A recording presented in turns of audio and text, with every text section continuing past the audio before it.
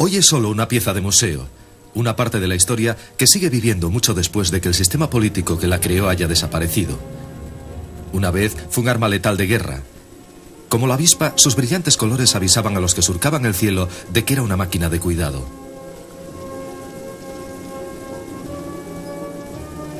De los muchos aviones que lucharon en las batallas aéreas de la Segunda Guerra Mundial, este fue indiscutiblemente el más legendario, el Messerschmitt Bf-109.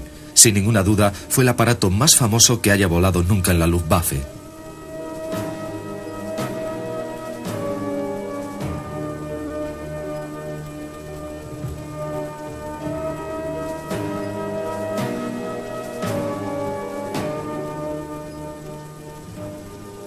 Se ha estimado que un enjambre de más de 35.000 unidades del 109 se construyeron en total, convirtiéndose en el avión de combate más numeroso de la historia. Han sido muchos los que han dicho que fue el mejor luchador de la guerra, pero, sin excepción, todos admiten que fue la piedra angular del poderío aéreo nazi.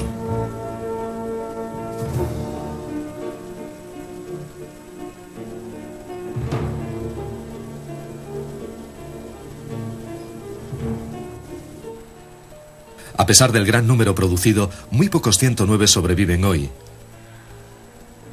De hecho, solo queda un 109 construido originalmente por los alemanes en estado de vuelo. Es el ejemplo de una época pasada. Años de tumultos, destrozos y valentía sin precedentes.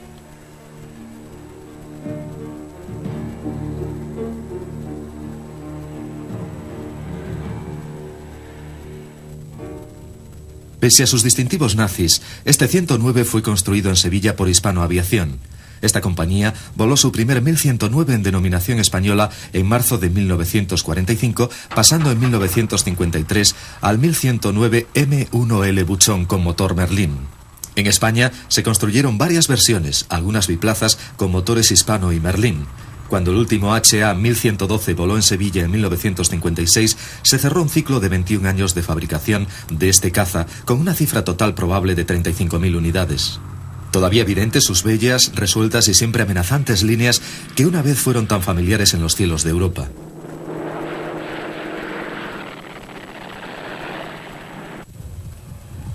Hace 50 años parecían invencibles.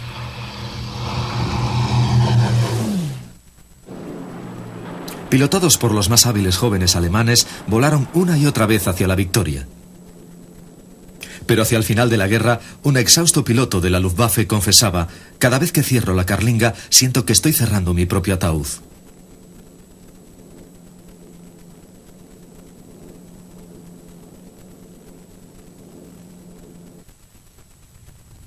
Los equipos de tierra están rearmando y preparando este avión para una nueva salida. Con 3 cañones y 2 ametralladoras, el 109 era un arma formidable. A diferencia de los pilotos aliados, los de la Luftwaffe no tenían un sistema rotativo durante la Segunda Guerra Mundial, razón por la que cada uno pudo apuntarse muchas victorias y también por la que muy pocos sobrevivieron.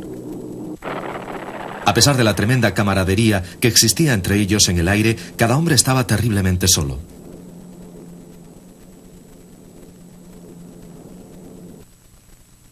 Los pilotos de combate surgieron como una casta militar aparte durante la Primera Guerra Mundial. Pero el éxito de hombres tan inmortales como Oswald Welke y Manfred von Richthofen, este último quizás el piloto de combate más famoso de la historia, fue tan legendario como breve. El tenaz Barón Rojo, cuyos 80 derribos jamás fueron igualados por ningún as de la Gran Guerra, se convirtió, al igual que otros pocos pilotos de combate, en un héroe reconocido internacionalmente. Sus aparatos, normalmente biplanos o triplanos, eran primitivos, su construcción burda, su armamento impredecible.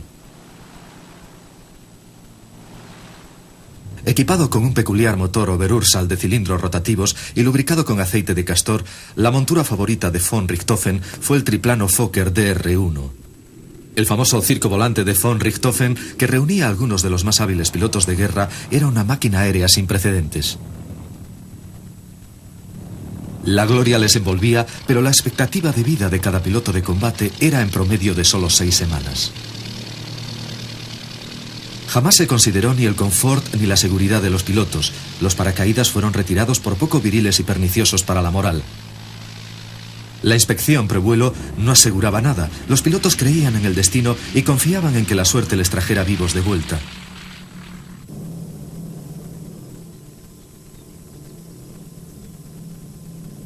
Oswald Belke, que había enseñado a von Richthofen el arte de combate aéreo, fue derribado y muerto antes de poder celebrar su 26 cumpleaños. Von Richthofen, segundo por la derecha, fue enrolado por Belke como uno de los primeros miembros del Circo Volante. El 17 de septiembre de 1916, el Barón Rojo, como muy pronto fue conocido, se anotó su primera victoria cuando envió a tierra a un piloto inglés envuelto en llamas.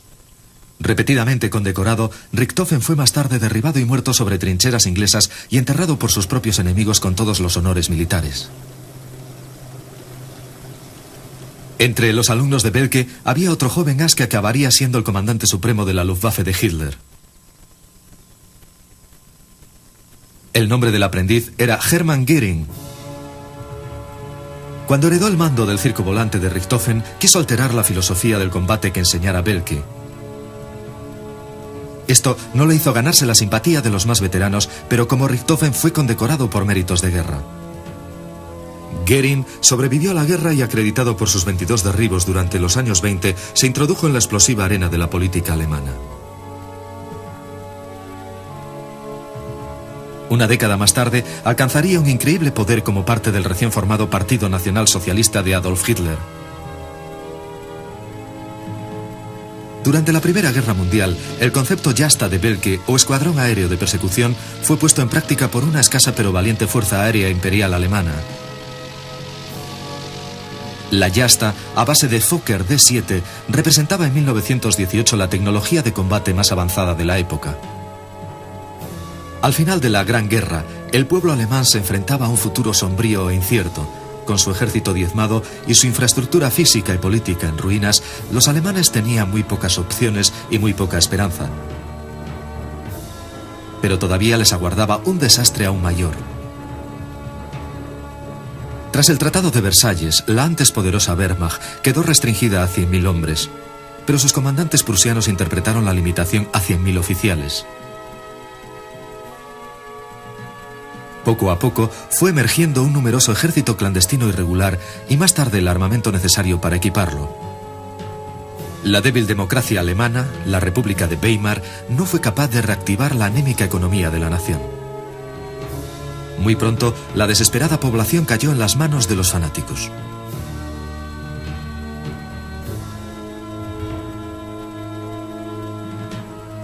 Tras la destrucción de la máquina de guerra alemana, la nación y su gente suspiraban por la dignidad perdida.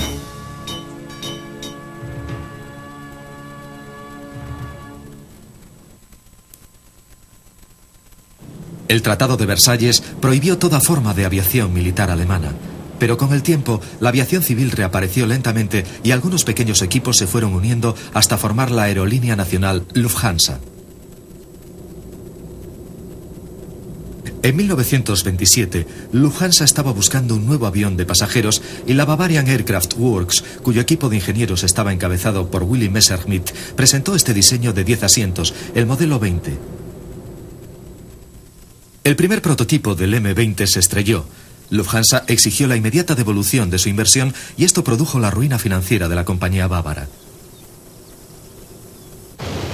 Para el diseñador Willy Messerschmitt, esta debacle le ofrecía una oportunidad. Su propia industria de aviación nació tras el desastre, no sin antes mantener una acalorada discusión con el director responsable de la cancelación del M20. Ese hombre era Erhard Milch, un burócrata pragmático con fama de conseguir que las cosas se hicieran. Una vez que él y Messerschmitt discutieron, quedaron sembradas las semillas de una amarga enemistad que duraría décadas. El fracaso del M20 y las limitaciones impuestas a la aviación militar en Versalles condujeron la energía de Messerschmitt hacia aviones civiles más pequeños. Este es el M21, notorio por su sistema de alas plegables que ahorraba espacio en el hangar. Fue una de las muchas ideas nuevas que le valió a Messerschmitt la reputación de ingeniero innovador.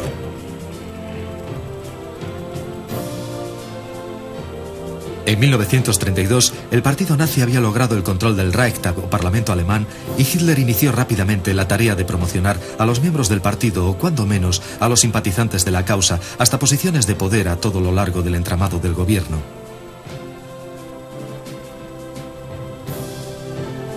Tejió una intrincada red de seguidores bien escogidos, cada uno en una posición clave y vital para el nacimiento del nuevo Reich. Uno de ellos era Erhard Milch. Paradójicamente, Milch era medio judío, pero se le encomendó un importante papel en el desarrollo de la industria aeronáutica militar a pesar de todo. Para apartar cualquier estigma de la derrota de la última guerra, la Fuerza Aérea Alemana adoptó un nuevo nombre, la Luftwaffe. Pero en aquella reconstrucción, sus diseñadores seguían mirando al pasado. El punto de salida fue el Pfalz D-12, un caza biplano y uno de los primeros en incorporar el fuselaje totalmente metálico.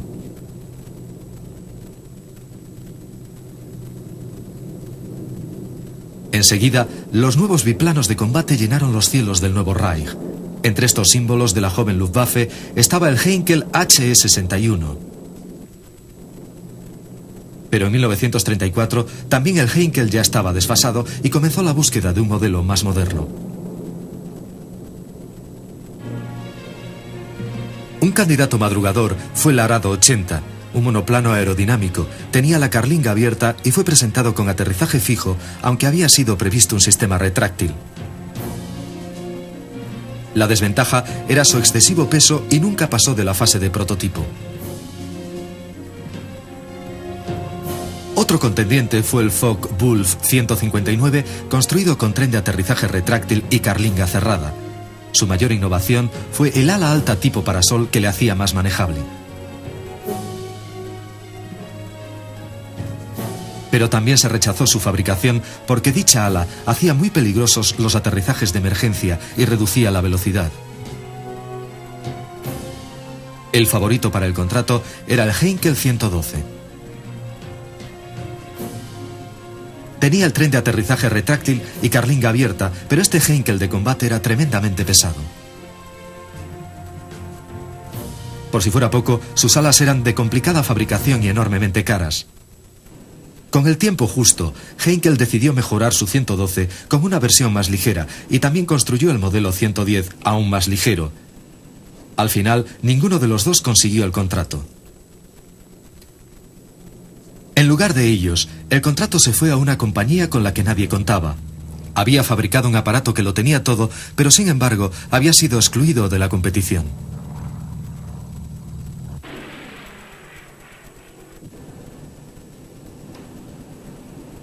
Aquella discusión de Messerschmitt con el ahora mariscal de campo Milch había causado que su compañía fuera virtualmente excluida de cualquier proyecto militar. A pesar de ello, con secreta confianza, habían construido un avión ligero monomotor al que se llamó Messerschmitt 108 Tifón. De aterrizador plegable, el diseño del 108 era limpio y simple. Incorporaba avanzadas características que le proporcionaban extraordinarias prestaciones. La carlinga era amplia y bastante confortable en comparación con los aviones de la época.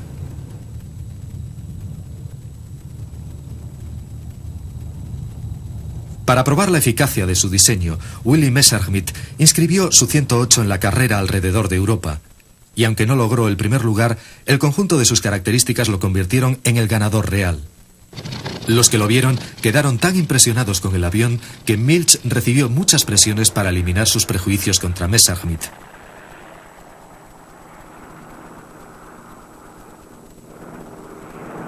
Al final, se permitió a Messerschmitt someter su diseño a concurso para el nuevo avión de combate. Pero el vengativo Milch le hizo saber claramente que aunque su compañía ganara el concurso, sería otra la que construyera el avión. Sin perder la fe, Willy Messerschmitt aceptó el reto. Messerschmitt se aplicó inmediatamente a afinar el 108 para dotarle de mejor aerodinámica y puso todo su énfasis en la velocidad, porque a menos de que su diseño fuera superior con mucho al de Heinkel, sabía que Milch le apretaría las clavijas. El Messerschmitt resultante tras las mejoras llegó a ser una leyenda de la aviación. Denominado 109, era un esbelto monoplano de carlinga cerrada y tren de aterrizaje retráctil. Era además un aparato mucho más fácil de construir que el complicado 112. Simultáneamente a la victoria de Messerschmitt, la inteligencia alemana supo en 1936 de un caza inglés de similares características, el Spitfire.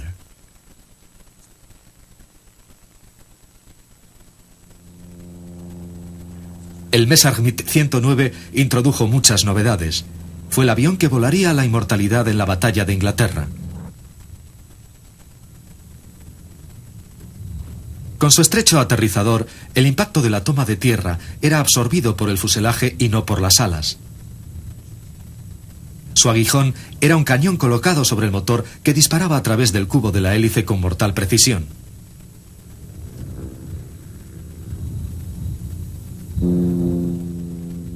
Sus alas eran ligeras y fácilmente desmontables. Una vez desmontadas y colocadas a lo largo del fuselaje, el aparato ocupaba un volumen reducido, facilitando su transporte por tierra o vía férrea.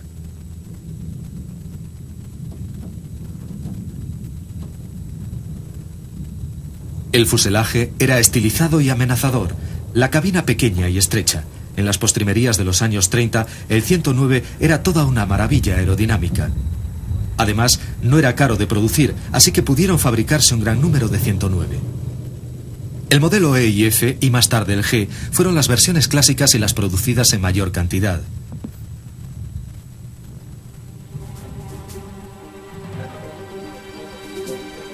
El 109, modelo E, o E-1000, como le llamaban los pilotos alemanes, fue enviado a curtirse en combate en la Guerra Civil Española. La Legión Cóndor, compuesta por unos 6.000 hombres de la Luftwaffe, ayudó a las tropas de Franco adquiriendo una experiencia vital para años venideros.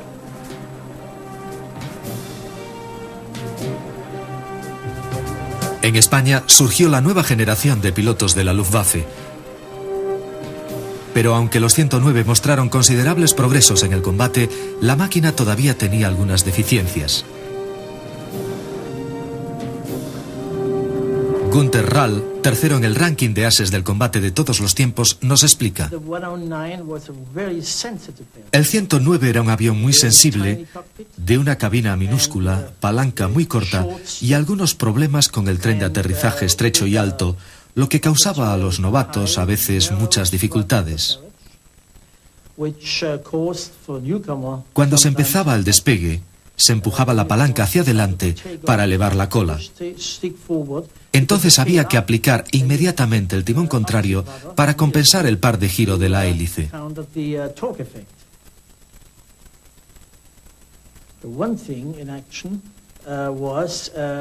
Su punto flaco en combate era la pobre estabilidad lateral a altas velocidades y el hecho de que las aletas de las alas a veces se abrían durante virajes cerrados.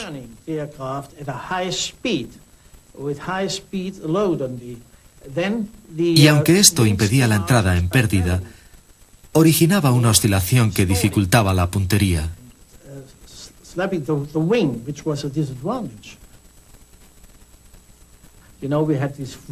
Tenía aquella extraña carlinga y además tras la cabeza del piloto una placa de acero para protegerla.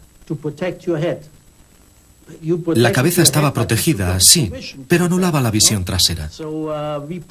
Así que en los primeros días pusimos en la cabina un retrovisor, pero la vibración del avión era tan fuerte que no se podía ver nada en el espejo y si veías a alguien en él, solo era una cuestión de segundos que te derribasen, porque ese alguien estaba ya completamente detrás de ti. A pesar de que el Messerschmitt 109 tenía una avanzada y aerodinámicamente eficaz célula, como todos los cazas, la clave de su éxito estaba en el motor. Para muchos 109 fue el Daimler-Benz 600. Hoy en día es posible admirar una de esas plantas motrices únicas gracias al fenomenal trabajo del equipo de restauración de Messerschmitt en el Museo Imperial de la Guerra en Duxford. Ian Mason, del equipo de restauración, nos explica. El motor que tenemos delante es un Daimler-Benz DB605A del Messerschmitt Bf109G. El motor en sí es bastante convencional en su diseño, con 12 cilindros en V, excepto en que está invertido. Motores como los Merlin o Allison o cualquiera de su clase están todos ellos en V hacia arriba, con el carburador aquí en el centro. Los alemanes cambiaron esta configuración colocando la V en posición invertida y reemplazando el carburador con una unidad de inyección de combustible, lo que le da mucha más rapidez de respuesta al motor. Cuando se acciona el acelerador, se consigue una respuesta casi inmediata. Y también se evitan los problemas con los Gs negativos, lo que fue muy importante en la época de la batalla de Inglaterra. Incluso bajo los estándares de la ingeniería actual, el motor Daimler-Benz sigue siendo magnífico, como lo demostró la inspección hecha por Rolls-Royce. Los de Rolls se lo llevaron a su local, lo midieron y encontraron que estaba dentro de las muy estrechas tolerancias de fábrica. Y sus palabras para nosotros fueron: por Dios, ojo con el cigüeñal, porque sería imposible construir otro con los medios que hoy tenemos. Así que cuando piensas que los alemanes fabricaron 100.000 de estos motores con tan estrechas tolerancias, es algo que dice mucho acerca de la industria alemana de los años 40. La ingeniería alemana era reconocida por su precisión y los motores de la serie 600 de Daimler-Benz mantuvieron esa tradición. Este motor estaba perfectamente diseñado para la célula del Messerschmitt y además podía ser reemplazado en cuestión de horas.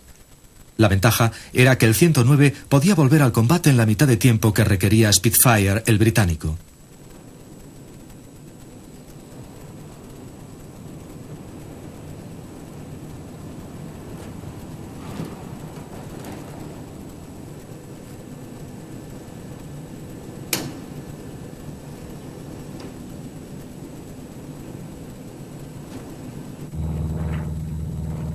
Para una mejor comprensión de cuán excepcional era el diseño del Messerschmitt, solo hay que compararlo con otros aparatos de la época.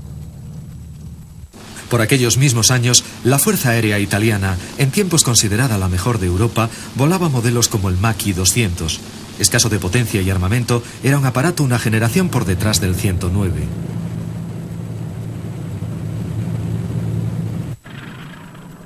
El Macchi 200 fue más tarde equipado con el propulsor Daimler-Benz 600. Denominado 202, combinó el viejo fuselaje con el nuevo motor, resultando un avión más potente, pero nunca fue rival para el Messerschmitt.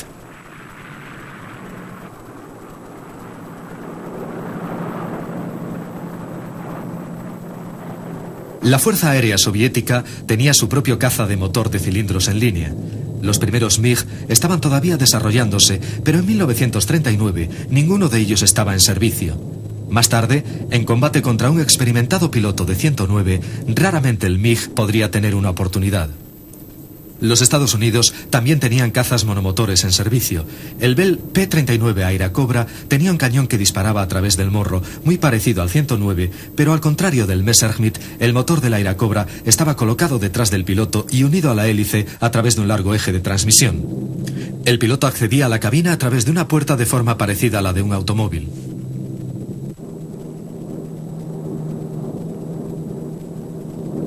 A pesar de ciertas avanzadas características como su tren triciclo retráctil, el Airacobra estaba terriblemente escaso de potencia. Pero con todas sus limitaciones era lo que había disponible, y en la otra esquina del mundo, pilotados por soviéticos, 10.000 Airacobras se batieron contra la poderosa Luftwaffe sobre los cielos de Rusia. Los 109 alemanes más rápidos y manejables los derribaban casi sin verlos. En 1939, otro avión producido en los Estados Unidos fue el P-40. Equipaba un motor Allison parecido al del P-39, pero de diseño mucho más convencional. Careciendo de turbocompresor, no era muy bueno a gran altitud. El mejor caza francés era el de Boatin D-520. Fabricados a toda prisa en una nación que esperaba atenazada la agresión nazi, tampoco fueron obstáculo para los 109.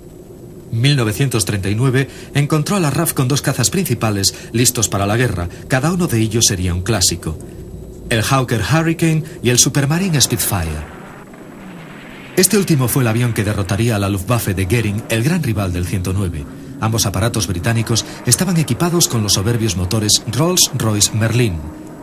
El Hurricane era lento, pero tenía un gran radio de acción, 600 millas, mucho más que el 109. El Spitfire, mucho más rápido y manejable, no alcanzaba el techo ni tenía la capacidad de picado del avión alemán. Todo estaba preparado para una guerra en el aire como jamás había visto el mundo.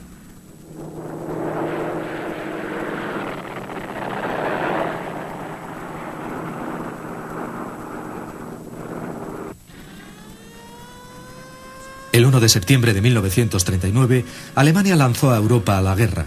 Más de 200 Messerschmitt Bf-109 sobrevolaron el cielo de Polonia como punta de lanza del ataque sorpresa.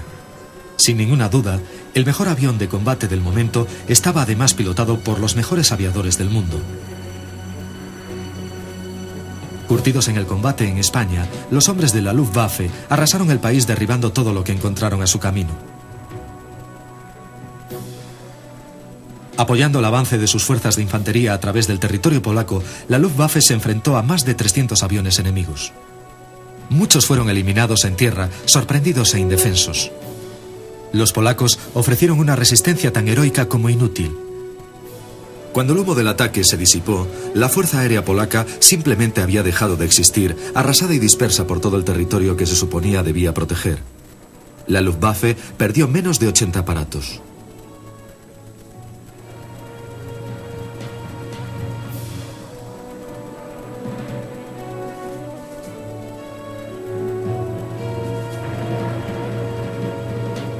La misma historia se repitió a través de Europa.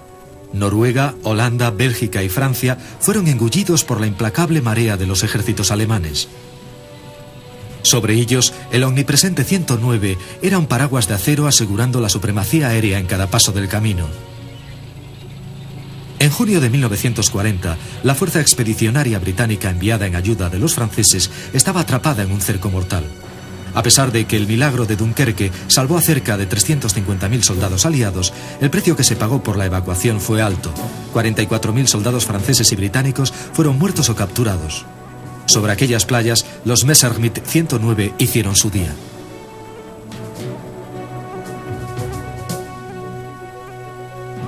Tras la derrota francesa, Alemania dirigió su atención al Reino Unido. Goering juró poner a la nación británica de rodillas e inició los raids de bombardeo diurno sobre la isla. La escolta primaria de sus bombarderos era el 109. Alentados por aquellas históricas palabras de Hugh Dowding, el destino de generaciones enteras está en vuestras manos, los pilotos británicos de los Spitfire y Hurricanes se arrojaron sobre el invasor.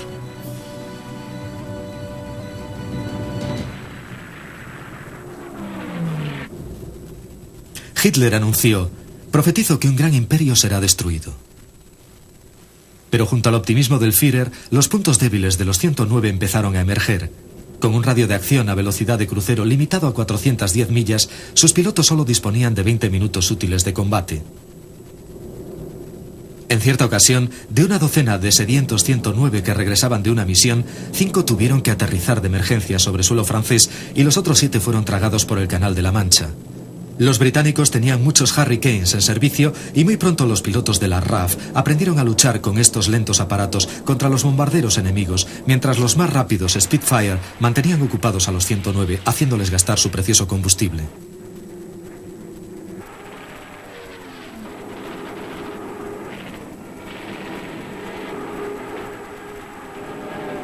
El as de la Luftwaffe, general Dieter Rabach, voló sobre Inglaterra en un 109. La batalla de Inglaterra estuvo diseñada y controlada por el alto mando. Nos ordenaban lo que teníamos que hacer exactamente y la mayoría de las veces eran misiones de escolta a los bombarderos. La misión de escolta, especialmente la escolta cercana, significa perder las ventajas naturales del piloto de caza. Su rapidez, su altitud e incluso su habilidad. Tienes que fijar su velocidad y altitud a la de los bombarderos, que obviamente eran bastante más lentos que los ME-109.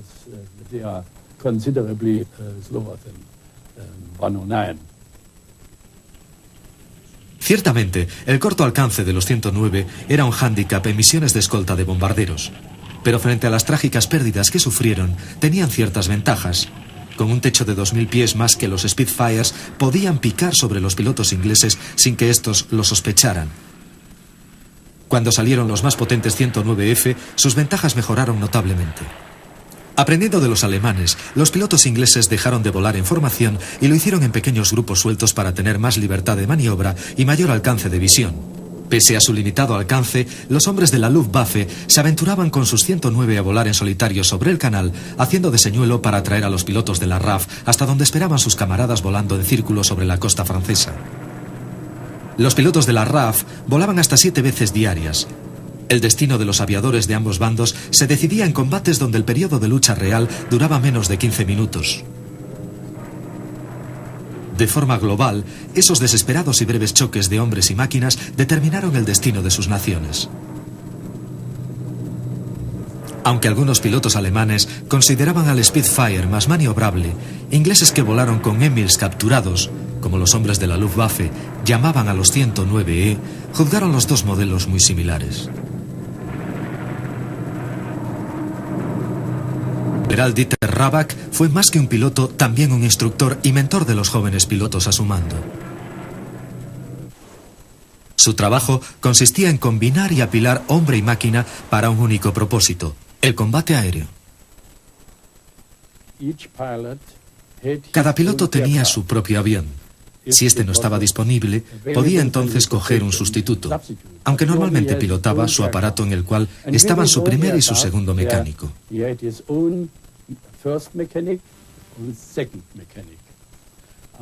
En Alemania, ya sabe, teníamos esta unidad de cuatro aparatos a los que llamábamos Schwarm.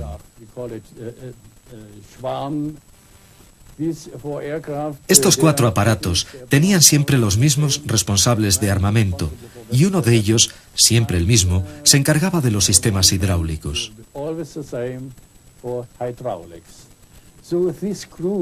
Así que el grupo funcionaba como una piña. Los 4 aparatos, los 4 pilotos y los mecánicos de tierra que volaban con el corazón junto a sus pilotos cuando salía el grupo, esperando, deseando y rezando para que todos volvieran y que lo hicieran con la victoria.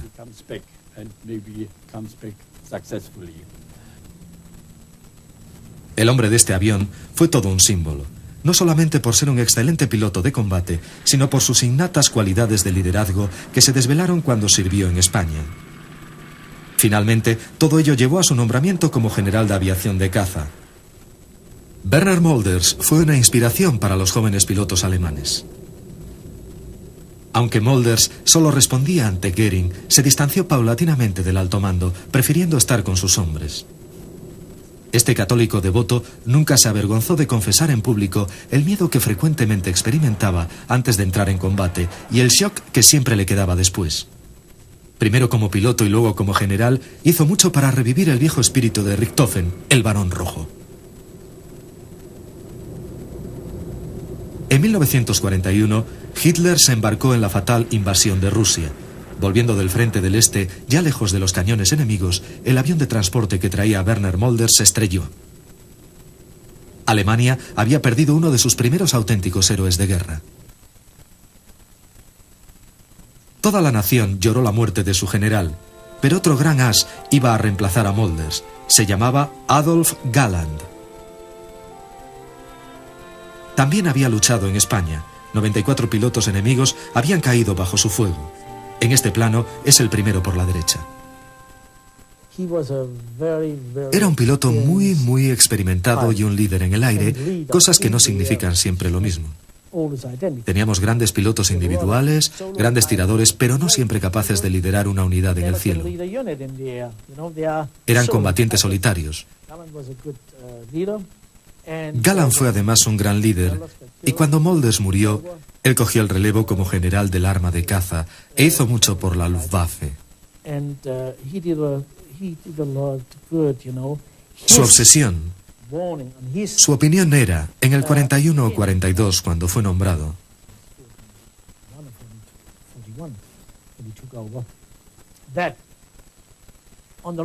que en el largo camino que nos quedaba por recorrer necesitábamos tener una fuerza de defensa aérea muy fuerte. La prioridad de Hitler fue siempre la aviación de ataque más que la defensiva, y muy pronto exigió planes para reemplazar al 109. Así nació el Focke-Wulf 190, conocido como el pájaro carnicero. Para algunos fue el mejor combatiente alemán de la guerra. El 190 y el 109 volaron ala con ala en el cruel conflicto del frente del Este. Allí, las adversas condiciones probaron a hombres y máquinas hasta el límite. En la ácida prueba de guerra, el 190 se mostró como más avanzado que el 109, pero muchos pilotos todavía preferían el viejo 109.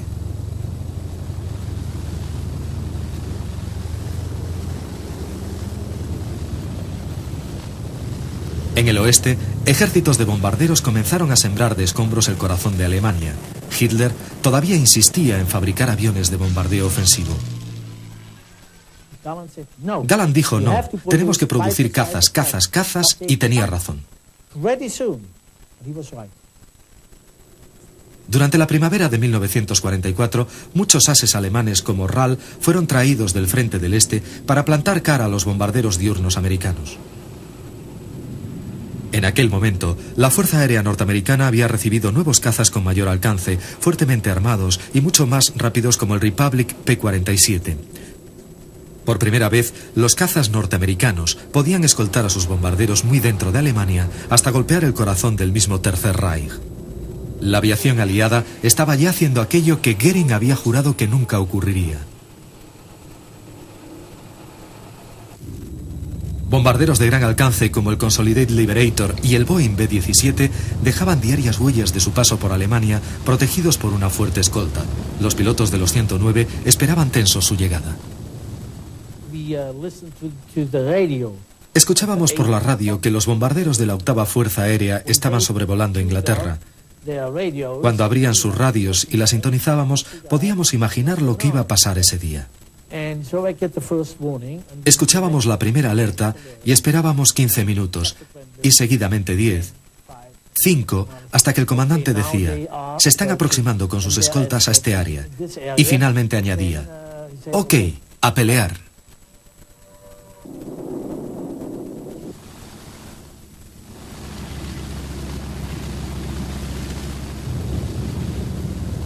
Luchar contra aquella marea de bombarderos enemigos supuso el mayor desafío para los pilotos de la Luftwaffe desde que comenzó la guerra. Los 109 y 190 inundaron Occidente, pero a pesar de sus esfuerzos, cientos de miles de civiles alemanes morirían.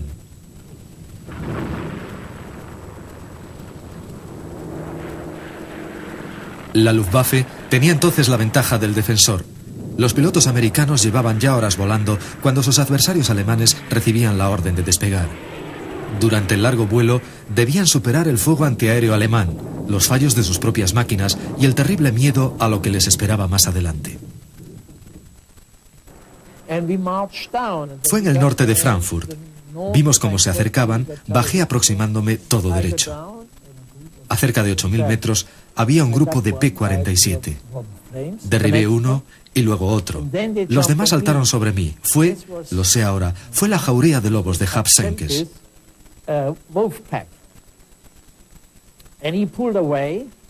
El segundo elemento de los 4 saltó encima de mí. Los 4 P-47 me cazaron. Tras saltar, caí a lo alto de un árbol. Con mi pulgar arrancado, herido, quemado con el fuego del infierno, pero me dije, bien, he salido de esta.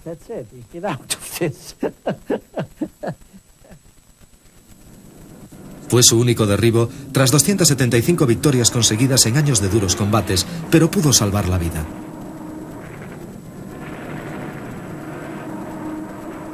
Uno tras otro, frecuentemente tras más de 500 misiones a su espalda, el tiempo, la suerte y la muerte hicieron estragos con los mejores ases de la Luftwaffe.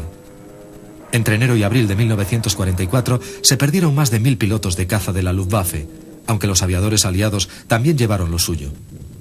En 1943, casi una tercera parte de las tripulaciones de los bombarderos nunca llegaron a alcanzar el final de su primer turno de 25 misiones. Pero inexplicablemente, la producción alemana de aviones se incrementó en 1944.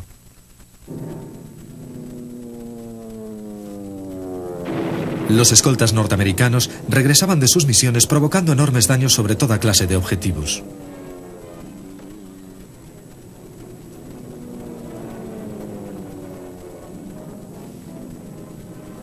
La ferocidad de los cazas de la 8ª Fuerza Aérea convirtieron muchas bases de la Luftwaffe casi en cenizas.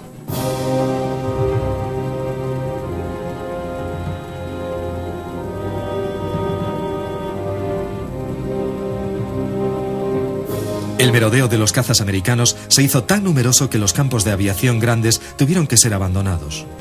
Los restos de la orgullosa fuerza que un día había conquistado toda Europa, como último recurso, tuvo que esconder sus aviones en los bosques cercanos. Desde estas improvisadas bases, los exhaustos pilotos de los 109 volaban ahora con la certeza de que la guerra estaba perdida. Pero los hombres de la Luftwaffe eran la única protección que le quedaba a la indefensa población alemana contra los bombardeos. Erhard Mill advirtió que sin ellos el enemigo podría jugar al fútbol con los civiles alemanes. Esta certeza les encorajinó para seguir luchando hasta su amargo final.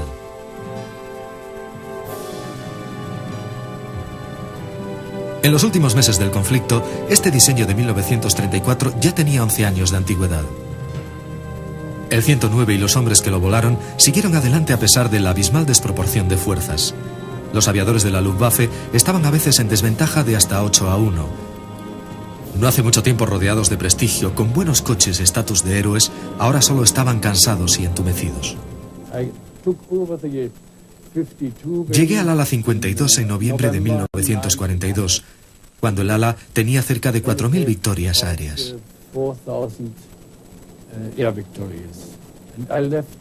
Cuando la dejé 2 años más tarde, tenían más de 10.000.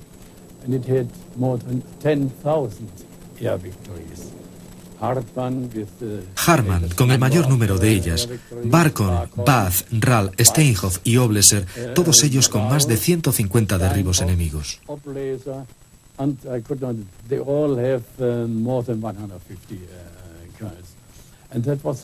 Ese era el éxito. Había tenido hombres excelentes en los puestos clave. Repuestos de combustible escaseaban desesperadamente, pero el viejo 109 era capaz de mantenerse peleando bajo condiciones mínimas.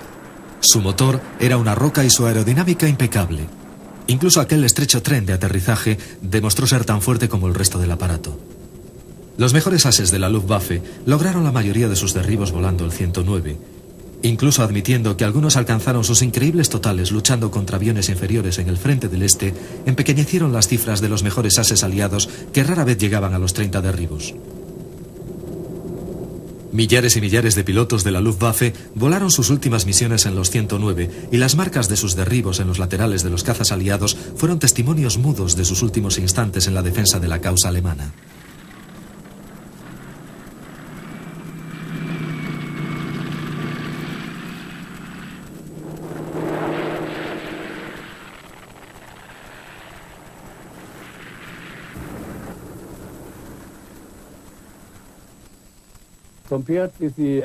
Comparados con los americanos, que normalmente volaban 50 misiones y luego se iban a casa y quizás tenían un segundo turno, nosotros los alemanes tuvimos que volar hasta que la guerra acabase o fuéramos derribados.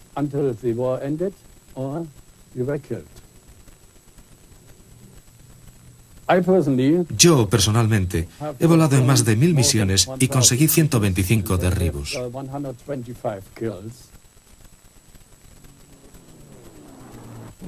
Al colapso de la Alemania nazi, la guerra aérea terminó rápidamente y sin ceremonias. En enero de 1945 quedaban menos de 1 millar de 109. Al final de la guerra, ni siquiera 500 estaban en condiciones de vuelo.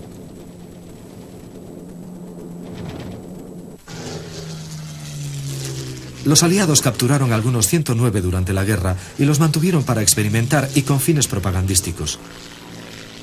Consiguieron adaptar fácilmente otros repuestos al avión y los pilotos aprendían a volarlo simplemente arrancando el motor y despegando.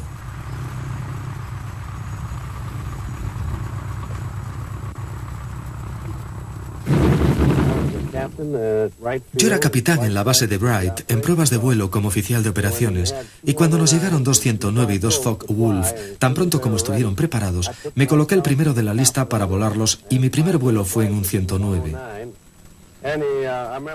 Y me elevé. Después de alcanzar altura, otro de nuestros pilotos con un P-51 se me acercó. Así que subimos más e hicimos una prueba comparativa. El 109 lo hizo bien, pienso que muy bien. Me gustaron sus características: pequeño tamaño, gran aceleración, sus velocidades de ascenso y de picada y sus grandes posibilidades de maniobra. Su timón de profundidad respondía mejor que el del Spitfire o P-51. Al aterrizar, ya sabe, estábamos todos preocupados por aquel estrecho y alto tren de aterrizaje, aunque realmente no era un problema real aterrizar. El 109, a pesar de la visibilidad de la carlinga, que todos los pilotos criticaban, resultaba un cómodo avión de caza.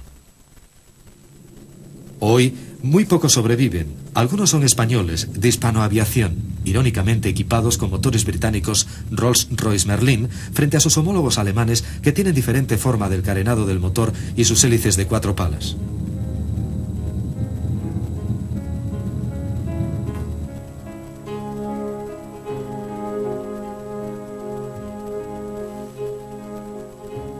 Los originales, raros, se consideran preciosas piezas de colección para museos de todo el mundo.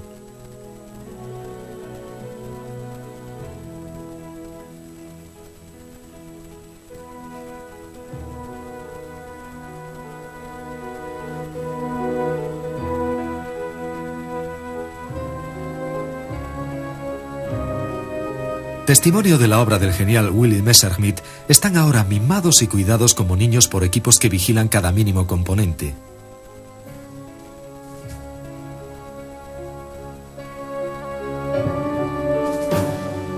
Dedican cientos de horas de trabajo a máquinas que en otro tiempo inspiraron terror y respeto.